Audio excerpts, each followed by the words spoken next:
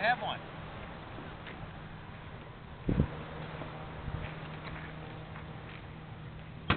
In just a moment, we're shooting this 6-pound cast iron cannonball 1 mile in the Straits of Mackinac.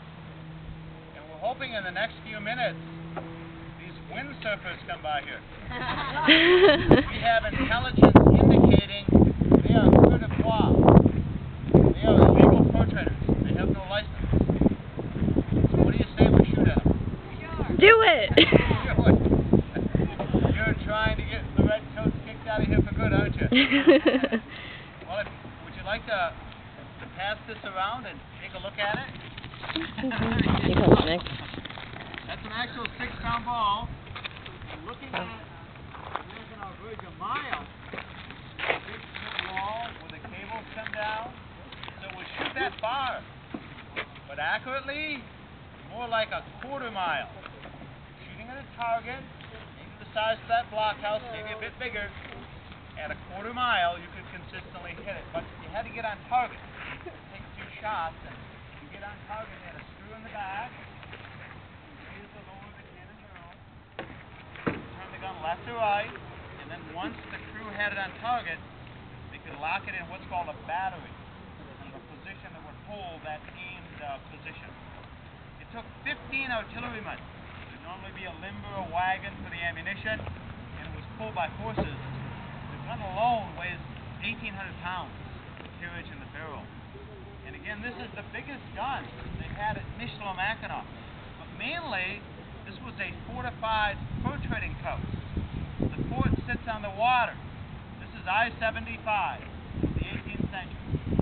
You could get in a canoe at Montreal and be here in a month.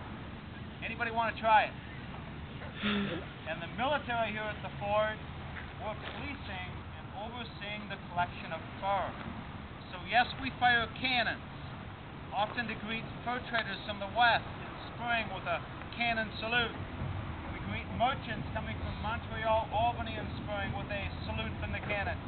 And we most certainly would fire the cannon on the king's birthday. Now you'd better get this right, or we're going to turn the cannon around. Put a little pressure on you here. Who was the King of England back in the 1770s, his name? King George? Which one? I don't remember. King George III.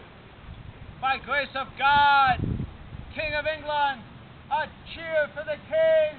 Hip hip, huzzah! What do you think, Michael? Should we turn the cannon around? I think so. So load the gun. First step on the truck, Michael takes a wad hook like a corkscrew. You'll run that down, twist the handle, pick up and pull out debris. This is a muzzle loader. That's why most of his work is done in the muzzling of the gun. This family, you might want to just lay it on the ground there, sir, if they want to take it. Thank you very much. Now he's going to run a wet swab down to soak up moisture and actually extinguish sparks. Firing 3 to 4 aim shots a minute, the barrel gets hot. It would be very important to wet it between shots and then dry it. This would be safety. Powder gets wet, it's not going to burn, so that's why you dry it after you wet it. And to shoot the ball a mile, it would take 1.5 pounds of black powder. I wish they gave us 1.5 pounds of black powder, folks. You get about 5 ounces of the full charge, but it'll be loud. He's going to ram it to the breech with a crook rammer. This is French. Better idea. The crook, it'll beat Michael off to the side of the gun. The English had a straight rammer with your hands right over the muzzle. This is a much better idea, and that's why we use the crook safety rammer. And then we put that cannonball down. The canister, the grape shot. I'm very sorry, folks. For some reason, they will not let us fire live ammunition into the Straits of Mackinac, thinking if somehow we'd hit something, we'd be driven out of here for good.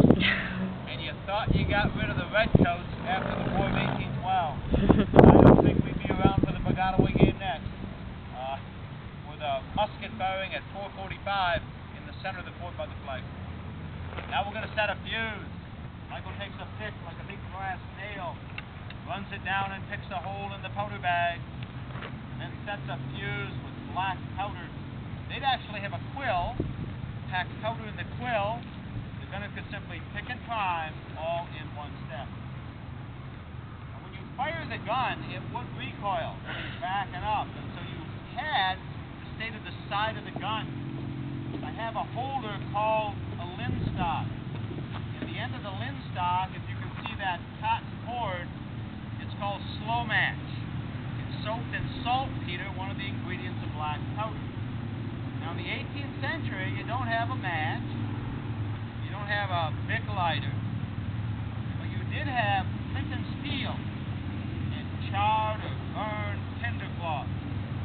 Michael makes sparks hitting the flint on the steel. Now the key is that black char cloth. We make that. The white cotton cleaning patch. We put in a tin and we cook it right over the fire. When it catches and burns, it burns like the mantle on a lantern. And if you had a bird's nest and you had kindling, this is how you start a fire. So they carry a little metal tinder box, make up the char cloth with their flint and steel. And if you're a native person starting a fire with a bow drill and friction, that works. When Europeans bring flint and steel, copper kettles to cook over the fire, muskets to hunt with, it makes your life a lot easier. So that's why the native people harvested the fur to get these Europeans. Folks, we thank you very much for coming to Michilimackinac today. Our next activity right over here behind you, where Suzanne's at right now, our Bagadaway game. We get some of the kids to participate. We're going to play this native game of Bagadaway and tell you how the great Chief Pontiac took this fort, playing this game back in 1760. So you get ready to cover your ears. If you have a hearing aid, take it out and turn it down.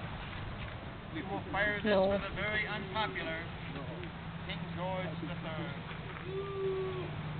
Is that Suzanne? Yes. One of these days, I'm gonna snap. Firing command. Gunner ready.